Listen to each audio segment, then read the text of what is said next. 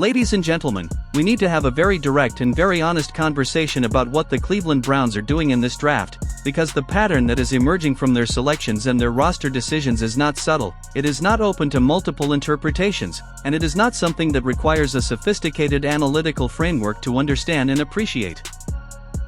What is happening in Cleveland right now is a front office and a coaching staff executing a coherent and purposeful plan to build a complete offensive ecosystem around their franchise quarterback, and they are doing it with a speed and a decisiveness and a clarity of organizational vision that should genuinely excite every single person who has been invested in watching this team find its direction and commit to it without flinching. The Cleveland Browns have selected wide receiver Denzel Boston with the 39th overall pick in the 2026 NFL Draft. And before we go a single step further, understand what that selection represents in the full context of everything Cleveland has done during this draft and during this offseason, because context is everything when you are trying to understand whether an organization is making decisions reactively and opportunistically or whether it is executing a genuine plan built around a specific vision for what it wants to become. This is the second wide receiver the Browns have drafted in this draft alone. They selected Casey Consumption with the 24th pick the night before, making him the first receiver added through this draft class. And now, with the 39th pick, they have added Denzel Boston to a receiving core that was already being rebuilt through free agency and previous roster additions. That is two wide receivers selected in the first 2 days of the draft by an organization that also went out and signed Tylan Wallace in free agency, brought back Jamar Thrash for additional depth, signed Isaiah Wooden to a reserve and future contract back in January, and already has Jerry Jeudy, Cedric Tillman, Isaiah Bond, Luka Fleur, and Gage Levine on the roster heading into the 2026 season. Read that list again slowly and let the full scope of what Cleveland is assembling around Shedeur Sanders register completely. Jerry Jeudy, Cedric Tillman, Isaiah Bond, Luka Fleur, Gage Levine, Casey Consumption from last night's pick, Tylan Wallace from free agency, Jamar Thrash brought back for depth, Isaiah Wooden on a reserve and future contract, and now Denzel Boston with the 39th overall pick. That is not a receiving core being patched together with available parts and hopeful thinking. That is an organizational commitment to building genuine offensive depth at the position that most directly impacts a quarterback's ability to succeed and develop at the professional level. That is a front office that looked at its roster, identified the receiver room as a critical area of investment, and went out and addressed it through every available avenue simultaneously, through the draft, through free agency, through reserve contracts, through the accumulation of enough talent at the position that Shedeur Sanders will have legitimate options at every level of the field and every coverage situation he faces when the 2026 season begins. Now let us examine Denzel Boston specifically as a football player, because the quality of this selection matters just as much as the organizational strategy it reflects, and the quality here is genuinely impressive when you look at his college production record honestly and completely. Over his 4 seasons at the University of Washington, Denzel Boston appeared in 43 games and accumulated 132 receptions for 1,781 receiving yards and 20 touchdowns. 20 touchdowns in 4 college seasons. At a program that operates in one of the most competitive conferences in college football and that demands its receivers contribute across every dimension of the passing game, including the most contested and most physically demanding situations that a wide receiver encounters over the course of a season. The touchdown number is particularly telling because touchdowns at the wide receiver position in college football are not distributed randomly or accidentally. They go to the players whose quarterbacks trust them in the highest leverage moments of the game, the red zone situations, the third and short opportunities, the fourth quarter drives where a completion needs to become 6 points rather than just an advancement of the chains. 20 touchdowns across 4 seasons reflects a receiver who was consistently identified by his coaching staff as the player they wanted to have the ball in his hands when the game was on the line. And that kind of earned trust from a coaching staff is itself a data point about character and competitive reliability that translates directly to the professional level. Boston also averaged 4.4 yards after the catch throughout his college career, which is a metric that speaks to something specific and important about his value as a receiver beyond the initial target and the catch itself. Yards after the catch production reflects a receiver's ability to create separation from defenders after the ball arrives, to use quickness and body control and football instincts to turn a completed pass into a meaningful gain rather than a completion that gets stopped immediately at the point of reception.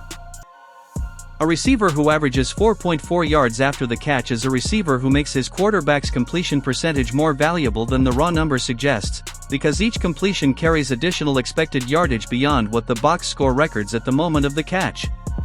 That kind of after-catch production is exactly what an offense built around a young developing quarterback needs to support his growth and his statistical profile as he establishes himself in the league. When a quarterback's completions consistently generate additional yardage through his receiver's ability to work after the catch, it creates a more forgiving offensive environment where throws that are not perfectly placed can still become positive plays, where the receiver's individual skill compensates for the slight imprecisions that every developing quarterback produces as he grows into the full command of the position. Denzel Boston's 4.4 yards after the catch average is not just a personal accomplishment. It is a gift to the quarterback he will be catching passes from in Cleveland. Now let us step back from the individual player evaluation and look at the full organizational picture that is emerging from everything Cleveland has done during this draft and this offseason, because the pattern is genuinely significant and deserves the kind of comprehensive examination that individual transaction reporting sometimes fails to provide. When the Cleveland Browns went out in free agency and signed Tylan Wallace, that was a signal. When they brought back Jamar Thrash for additional depth, that was a signal. When they signed Isaiah Wooden to a reserve and future contract in January, that was a signal.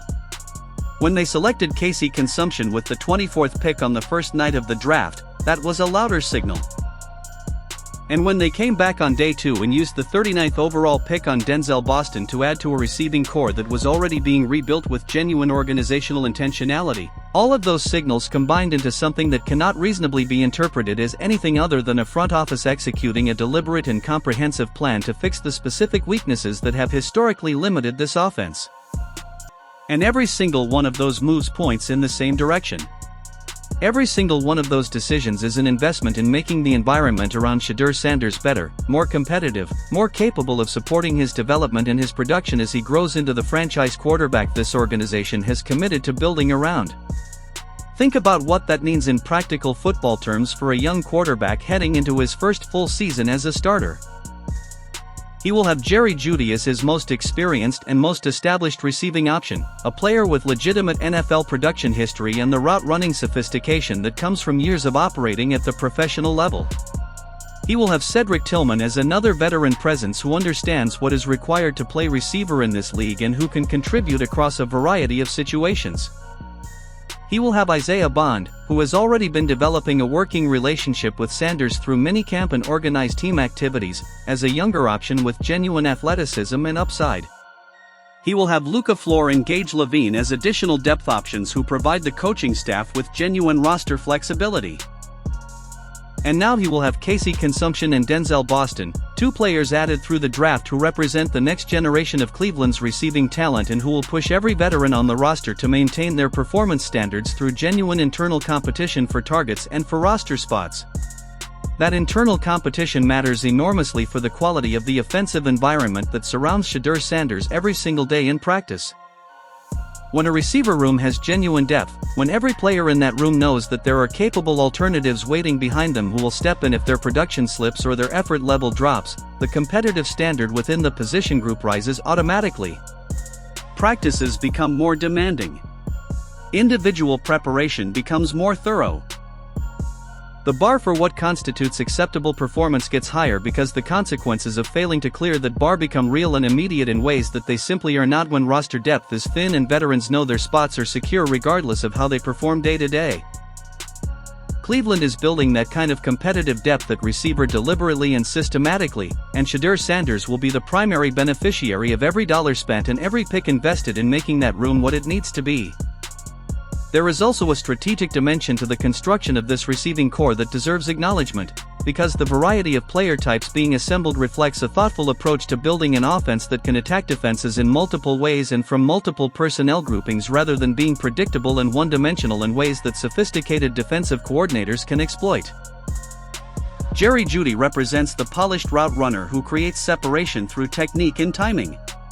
Isaiah Bond brings youth and athleticism and the kind of big play potential that defenses have to respect when he is on the field.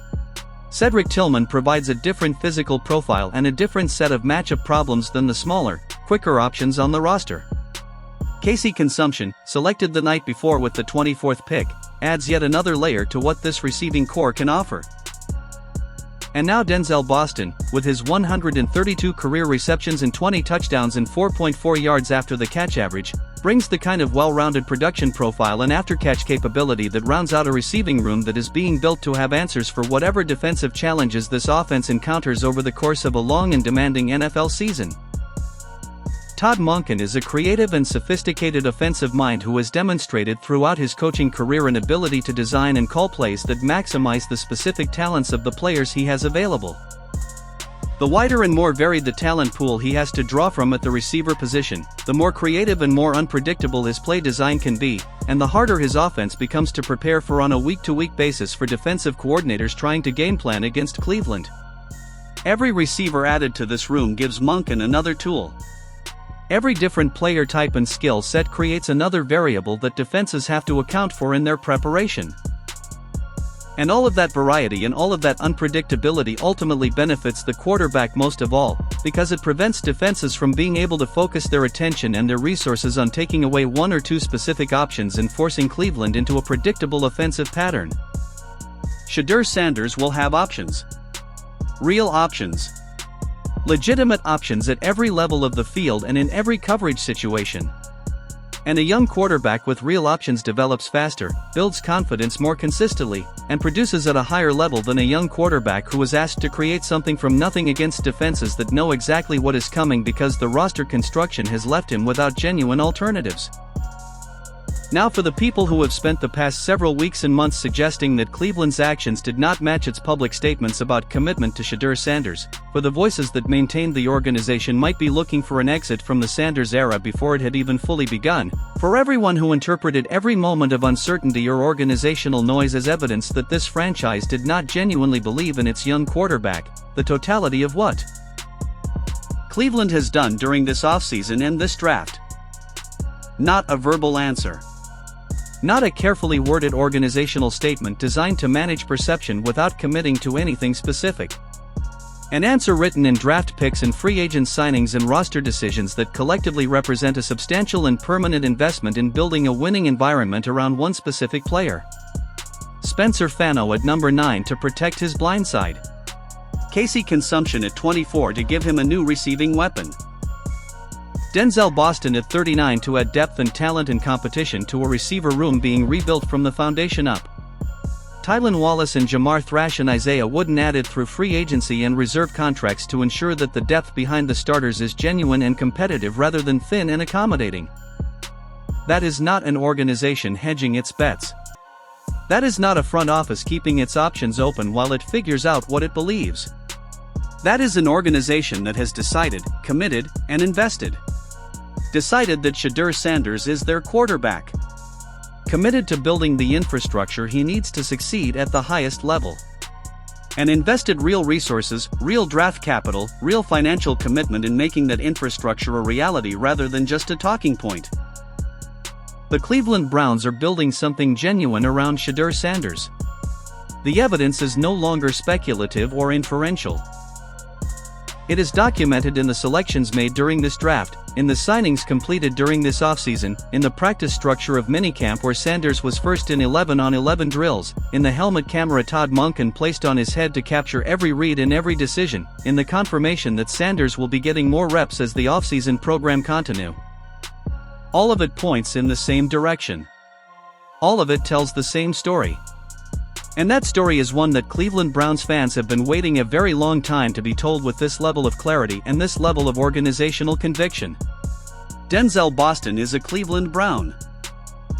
He is joining a receiver room that is being built deliberately and comprehensively to give a young franchise quarterback every possible advantage as he develops into the player this organization and this fan base need him to become. And the work is not finished. The picks are still coming. The plan is still unfolding. But what has already been done is enough to say clearly and without reservation that the Cleveland Browns are serious.